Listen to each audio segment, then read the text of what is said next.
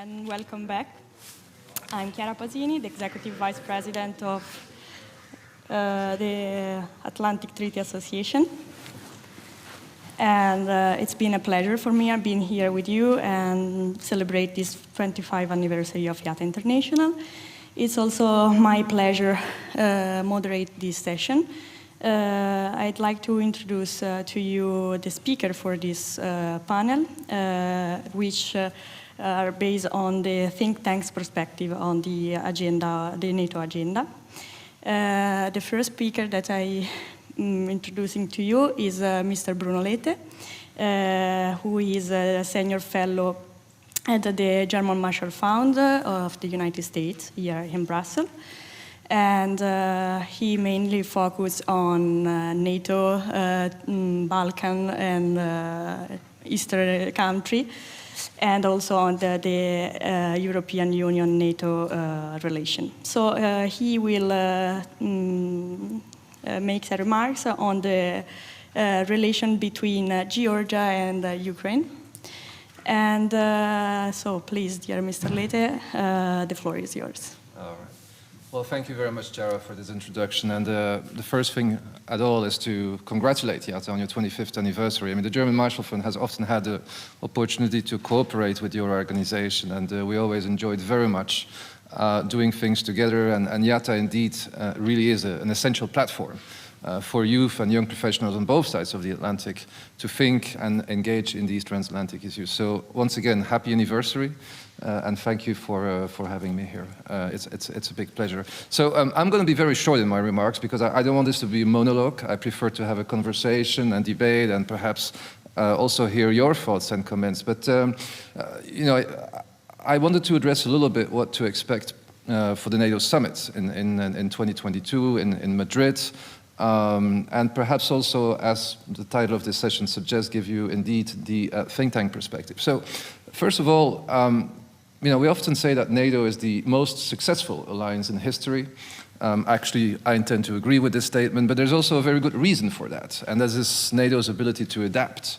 NATO has always adapted to a changing environment, and when there were really systematic shifts in those environments, you know, the strategic concepts of NATO have also evolved with that. You know, there was a strategic concept in 1991 with the end of the Cold War. There was one in Kosovo with the Kosovo War in 1999.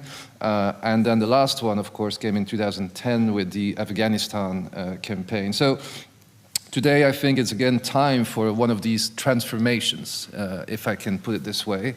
NATO is already busy transforming, but it's also important to actually put those thoughts on paper. And I think today is a really good time to do so. You know, there are geopolitical and technological challenges that NATO needs to address. But we also see perhaps that the political formations is positive for that. In the United States, we now have a new administration that is re-engaging with multilateralism, so that's a good thing. But here also in Europe, Europeans are increasingly thinking about their own defense. So the constellation is good on both sides of the Atlantic. And the EU, for instance, because Brussels is the home of NATO, but we also have the EU institutions here. The European Union will be launching its own strategic compass as NATO is rethinking its strategic concepts. So there will probably be matching chromosomes between those two documents, I think. And the EU will have its own defense summit, probably in February or March, under the auspice of the French presidency. So those are all good things to think about defense and security. Now, zooming out a little bit, what are the issues that NATO really needs to concentrate on, or what, at least in my opinion, my own very humble opinion, will define, let's say, the next decade of what NATO needs to look at? And I see three ingredients. It's power, tech, and politics. I think those are the three pillars of what NATO will need to think about. So let me perhaps elaborate a little bit more on each one of them. The first one is power. So NATO needs to be able to project power in the world. And you know, I think if you look at where global change will occur, I believe there are three front lines of global change today. It's Eastern Europe, it's Middle East, and it's the Indo-Pacific.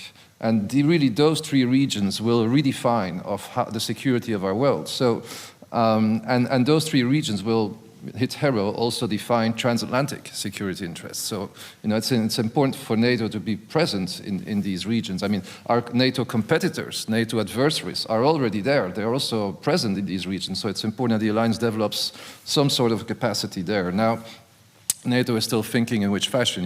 NATO can be a military actor, it can be an intelligence actor, or in the very least, it can be an alliance that strengthens its partnerships and works with partners to increase their own resilience. So it's really important that NATO thinks about these three regions, because that's where we will see all the action happening, if I may say so, in terms of, at least in geopolitical sense. But to do that, NATO needs capabilities. And then, of course, we're talking about money. And it is also an important debate. I know that there is now the 2%, there's been and there is and there will be the 2% rule, of course, of defense spending, but it's really, maybe thinking beyond that, beyond just this 2% rule. I think that it's important that each member state of NATO does what it can to be a security provider and not just being a security consumer. So I think that, as a complement to the 2% rule, I think that should be a gold standard of what each member state needs to try to achieve. So that's on power. On technology, as we all know in this room, technology is redefining of how we think about armed forces, also how we organize our armed forces. But what we see is that everywhere in the world, military R&D budgets are on the rise. Most notably in Russia and China, who are nowadays actually the biggest investors, comparatively seen in military R&D. But also not only state actors, we also see that non-state actors are becoming technologically advanced. So that, we need to think about that as well. And when you actually look at NATO, obviously NATO is very much technologically advanced, but admittedly, we also have to say that the comparative advantage that was developed in the 90s has been slowly eroding. NATO, our competitors, our adversaries are also becoming more technologically advanced, and this gap is getting smaller and smaller and smaller. So it's really important for NATO to invest in the 5Gs, the artificial intelligence, the machine learning and all that, because our competitors are doing the same. So we need to match that. NATO has been very good in adjusting to technology to increase its own resilience. I think where perhaps more thinking needs to happen is also in offensive technology. We need to be frank about that. This kind of aspect of technology will also play increasingly a role, and that is where NATO needs to think about as well. I think especially on this side of the Atlantic, it's important to think about technology, because really if you look at the European armed forces, European armed forces are still mostly conventional. It's the tanks, the guns, the jet fighters, the frigates. I think there's still a lot of work to do, especially here when it comes to adapting European armed forces to technological innovation. Now, NATO is doing a good job at that with its new NATO Defense Innovation Hub. Let's not forget that the European Union is making plans to do something similar, to have a EU tech hub for defense forces, or perhaps both could collaborate, who knows. But at least we see that this technological aspect is being addressed both by NATO and governments around the Atlantic. And then last but not least, after power and tech, it's politics. And I think this is really important, perhaps the most important. NATO has been around for 7 decades, has been very successful, but we shouldn't take this presence for granted, right? Throughout history, alliances have emerged and alliances have gone, so it's very important to keep an eye on that. It's unity that is very important. NATO really needs to try to keep its internal unity. It's not always easy to agree on everything with so many member states, so that's a very important thing to do. Actually, Kenneth Waltz, some of you or all of you will know him. He wrote a book about that. Why alliances fail, and he identified some reasons there. There's a couple of them, two of them that caught my attention. Is that when you look at history, why alliances fail, it's either because members of the alliance no longer have the same threat perception, or when members of an alliance feel that the benefits of alignments are no longer satisfactory. And I would argue that NATO faces some challenges in both risk categories. So it's important to keep an eye on that, especially as tensions are rising, external tensions, fueled by geopolitics, etc. Internal differences get exposed. And it's really important to get a check on that. So NATO really needs to think about strategies that get all the buy-in of all member states. Because, in my opinion, in the end, it's not Russia or China that are, that will defeat NATO. I think the biggest threat to that is internal. Is if NATO loses its unity, that will be the end of NATO, not China or Russia, challenging the alliance. So that's it to start with, and I'll be very happy to hear your comments and feedback and questions. Thank you so much. And thank you for your overview on NATO, on what NATO should do and what NATO is, and also thanks for your perspective on the European Union. So I think that we have a lot to discuss about. Now I'd like to introduce the second speaker, but I would like to announce you that Mr. Benjamin Haddad, which is our second speaker, will be with us through a video. And Mr. Benjamin Haddad is the senior director for the European Center at the Atlantic Council. And so please, I invite my colleagues to share with us the video by Benjamin Haddad. Hi everyone, I'm Ben Haddad. I'm the Senior Director at the Europe Center at the Atlantic Council in Washington, DC. I'm delighted to join you virtually for this 25th anniversary of the Youth Atlantic Treaty Association. Of course, the Atlantic Council supports your effort to keep the transatlantic relationship alive and strong, and to think also about the future and forward-looking challenges that we face together on both sides of the Atlantic. The Atlantic Council was founded precisely 60 years ago. We're also celebrating our anniversary this year to support this mission, to keep it bipartisan in the United States, and to really promote U.S. engagement with allies shaping the global future together. And at the core of this, of course, the transatlantic relationship and the support for NATO. So I'd like to thank you for inviting me today. I'm sorry I couldn't be with you in person at NATO headquarters. This is Thanksgiving today in the United States, so I'm staying here with family. But I want to take the opportunity to share a few thoughts with you about the future of the transatlantic relationship, where we are today. And I think the window of opportunity we have in the next few years to rethink and reshape this relationship in a way that can make both sides of the Atlantic stronger and can make us more resilient to face the global challenges that we face together. Before doing this, because I know that you're at NATO headquarters, I hope you'll join me in welcoming Julie Smith, who will soon join and was recently confirmed to become the new U.S. ambassador to NATO, and I think will be a terrific partner to your work and an incredible voice for a strong and forward-looking transatlantic relationship in Brussels. I know a lot of people are really looking forward to working with her here at NATO headquarters. So I was saying that I think we have a great window of opportunity to rethink this relationship.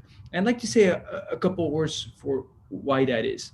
Of course, we have with the Biden administration an administration that's strongly committed to Europe and the transatlantic relationship, starting with the president himself, who knows Europe very well, who as chairman of the Foreign Relations Committee at the Senate, as a vice president, has been a strong voice for allies and the transatlantic relationship, and of course put that message at the core of his campaign and his presidency, called Article 5 of NATO a holy obligation for the United States. But I think we have an opportunity also because times are changing, and because the relationship that we're seeing today is not going to be the same as it was in the 90s, it's not going to be the same as it was maybe before President Trump. And we are seeing structural shifts in the relationship and in the priorities of both sides that should not be seen as a threat or as a challenge, and should not be treated with denial, but seen as the starting point, I think, for a more frank conversation between both sides of the Atlantic. Let me be pretty blunt about this. We are now 10 months into the Biden administration, and we do see challenges in the relationship. We've seen allies, especially in the UK and Germany, left reeling at what they perceived as the lack of consultation during the withdrawal from Afghanistan last summer. We've seen the crisis of AUKUS, where France was left in the dark as the United States, the UK, and Australia shaped an agreement on the submarine and a new alliance in the Indo-Pacific at a time where the administration has said that it wants to work with European allies in the Indo-Pacific. We still see irritants on trade, on other issues in the transatlantic relationship. What is happening? Is it just accidents? Is it just misunderstandings? Or do we see something more structural going on in the transatlantic relationship? I would argue that we are seeing a shift in US priorities that started a decade ago with President Obama's call for a pivot to Asia, reinforced in a very peculiar style, of course, by President Trump, but also continued today to a certain extent by President Biden. A reluctance to military intervene in what we would call the broader Middle East and areas in the neighborhood of Europe that could have a direct security consequence on the European Union. Let me give you just the example of the crisis in Syria, of course, which severely stressed the institutions of the European Union with the rise of terror attacks that fueled the rise of populism, with the migration crisis of 2015 that put the European Union under great pressure and the risk of disunity, and of course what we've seen in Afghanistan last summer. A shift of priorities, of course, towards the strategic competition with China, which is the overarching priority of the United States today. And I would say a source of pretty large bipartisan consensus now in the United States, a continuity that we see between President Obama, President Trump, and President Biden. And as President Biden said, a desire to focus now on what is America's vital national interest. That's something he said during his speech during the Afghanistan withdrawal that I really encourage all of you to listen to, saying that from now on the United States will focus its military efforts on areas of vital national interest to the United States. Would these vital national interests cover crisis in the neighborhood of Europe, in Libya, in the Sahel, in the Eastern Mediterranean, in the Western Balkans tomorrow, in a country like Bosnia, for example? I'm not sure. And I think that's a question now that Europeans have to ask themselves going forward. This is why I think this is the moment to rethink this relationship, with Europe taking a much larger share of responsibilities for its own defense and security, for its own strategic purposes, not without or against the United States, of course, but in a more balanced transatlantic relationship with Europeans taking more responsibility. This is why I welcome the debate that's been opened post-AUKUS on the role of European defense alongside NATO as the backbone and the cornerstone of collective defense on the European continent. We remember the debates from the 90s on the compatibility between NATO and European defense, the famous warning from Secretary Albright on the 3Ds, that European defense would not diminish NATO, would not duplicate efforts from and capabilities and equipments from NATO, and of course that would not discriminate against non-EU NATO members. I think that warning was extremely important at the time. It is still today, but we've seen a lot of progress that has been made since then to make sure that we have stronger coordination, stronger dialogue between the two organizations.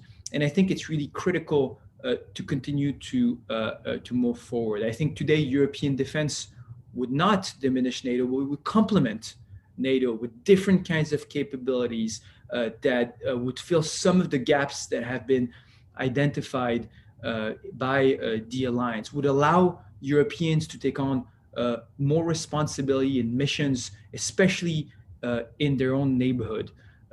It would not duplicate NATO precisely because of the effort of coordination that's been developed between the two organizations.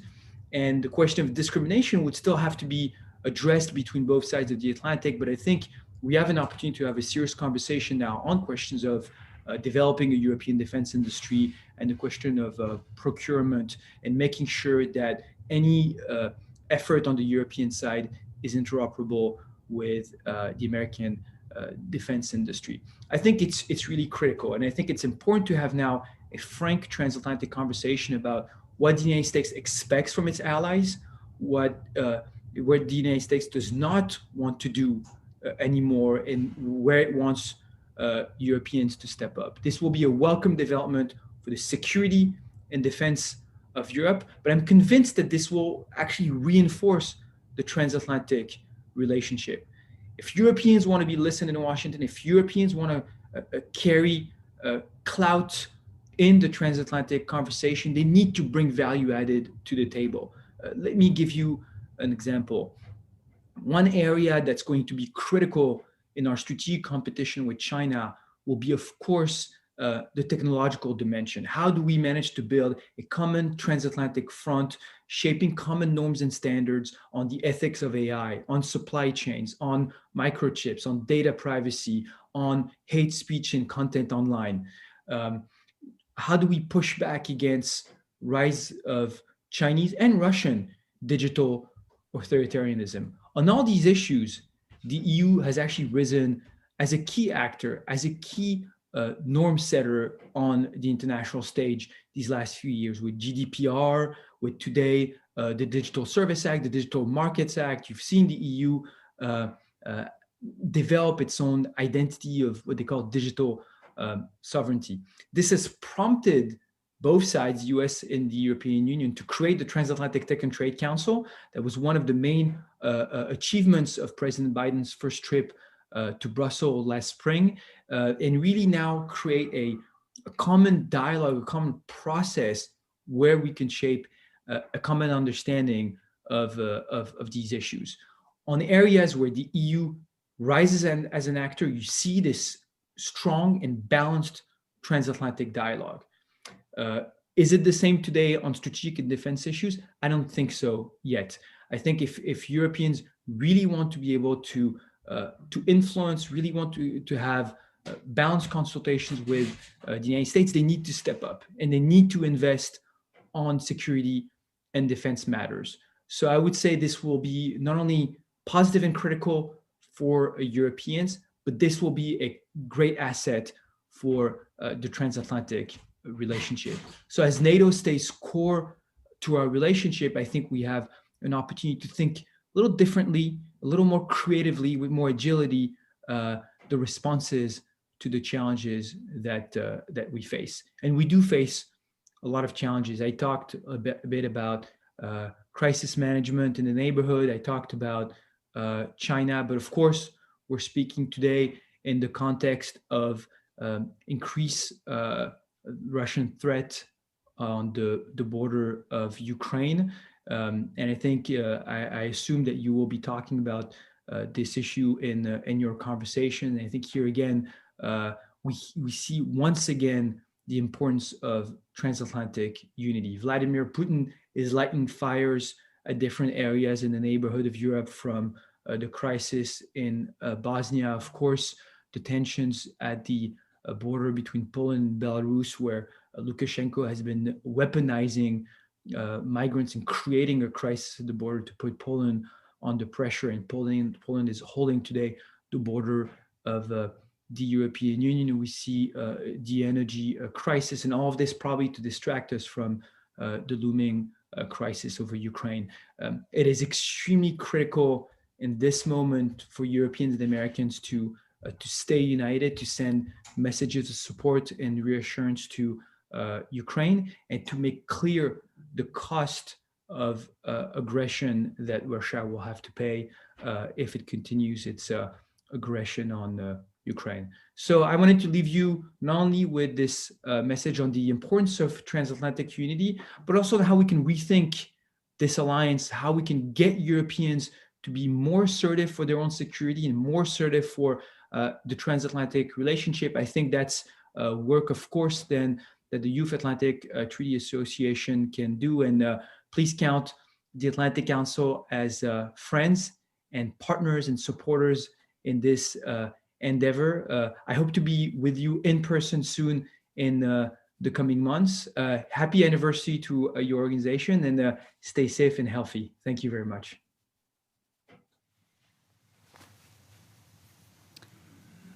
I want to thank also Mr. Haddad for his video. I'm sure that we can discuss a lot about his work, and also because we had a different perspective from the other side of the Atlantic. So,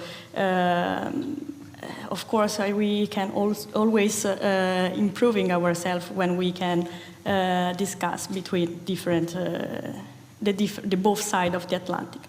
Unfortunately, he's not here with us, so I will open the session, the Q&A session, but just for Mr. Lete, because he is with us and he can reply to us. So please raise your hand. Okay, I see many hands up. We can start from there. Greetings, I'm from Georgia, Tamar Jibladze. First of all, thank you very much for your speech. My question is about Russian-Georgian relations and the NATO's role in the situation. We know that more than 20% of Georgia is occupied by Russia, and Russia used hybrid warfare against Georgia. Also, Russia continues illegal borderization process against Georgia.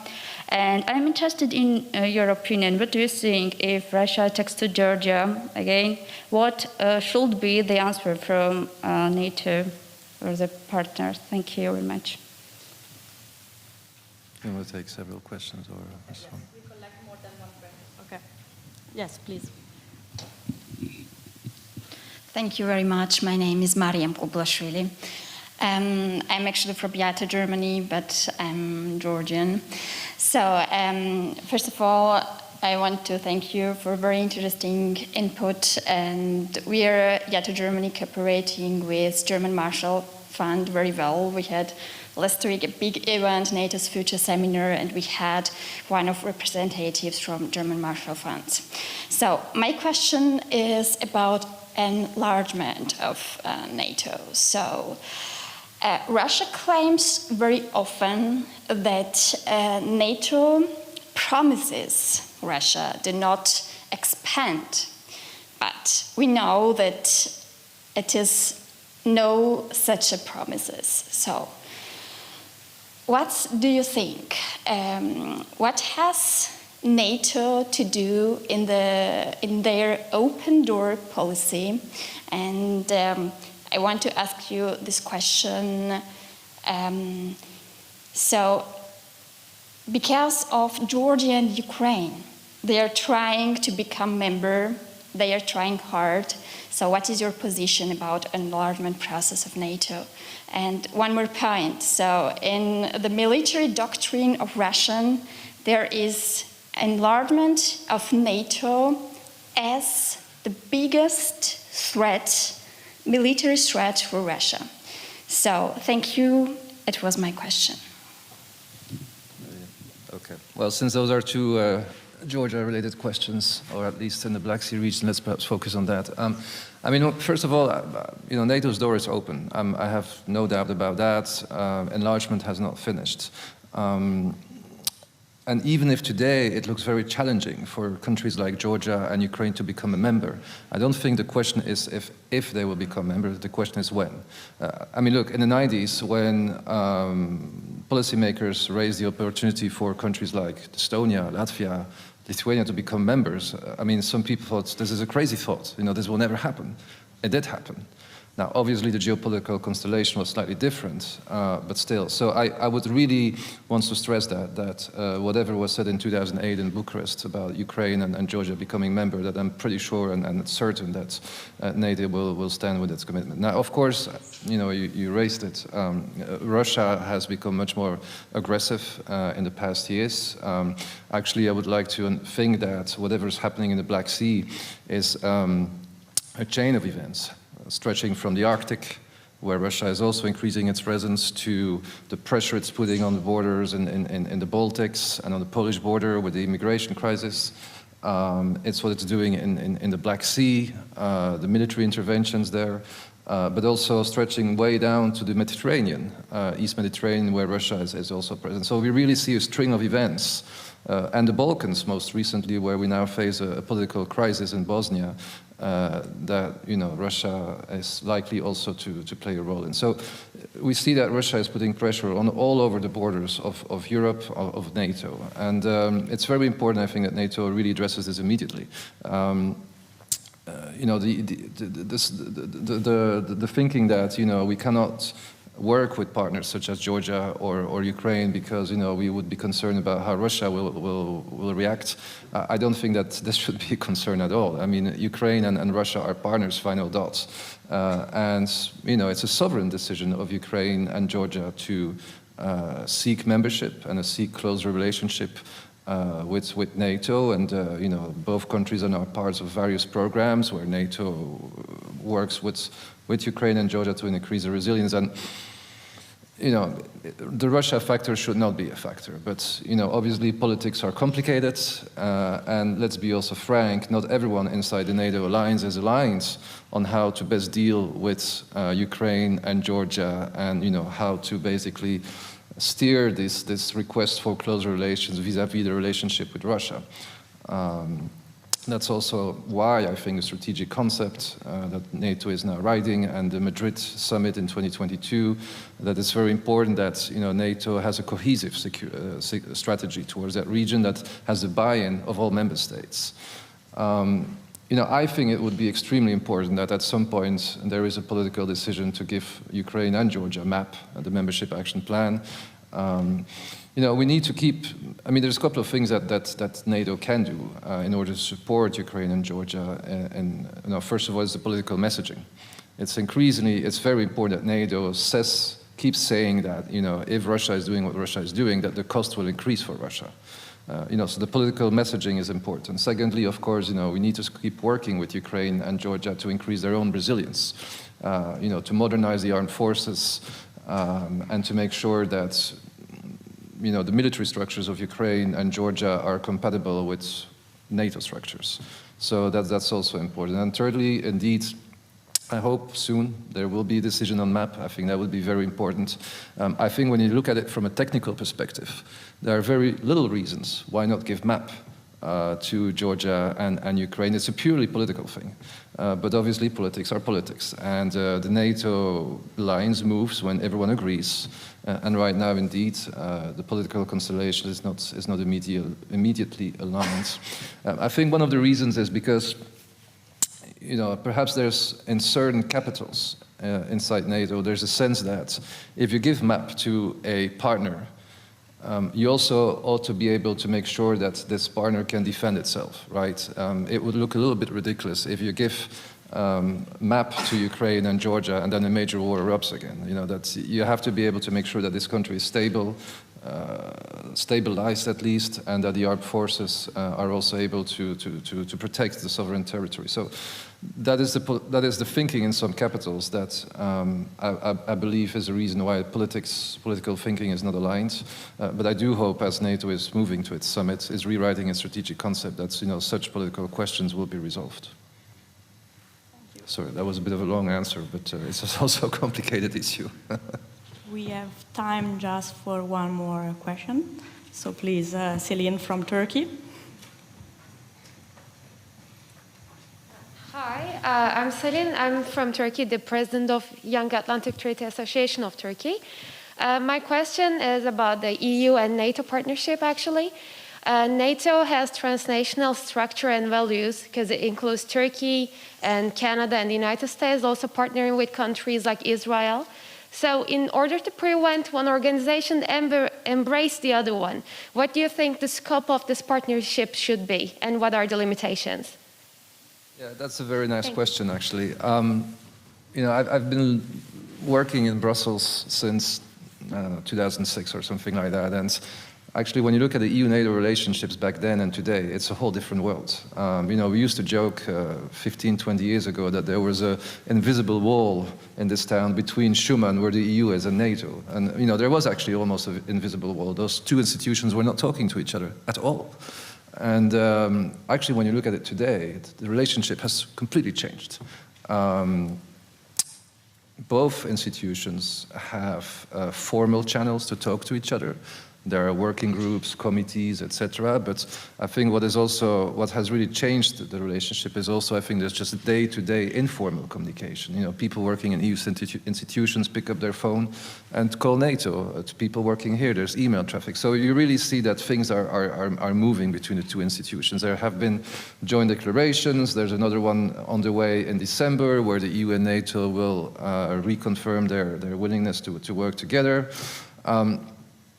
You know, there's also, both institutions have also developed a working plan. I think there's 14 or 15 bullet points where they have the intention to work together. Now, in some of these work well. I mean, for instance, in my opinion, I think where the EU-NATO relationship is working the best is cyber.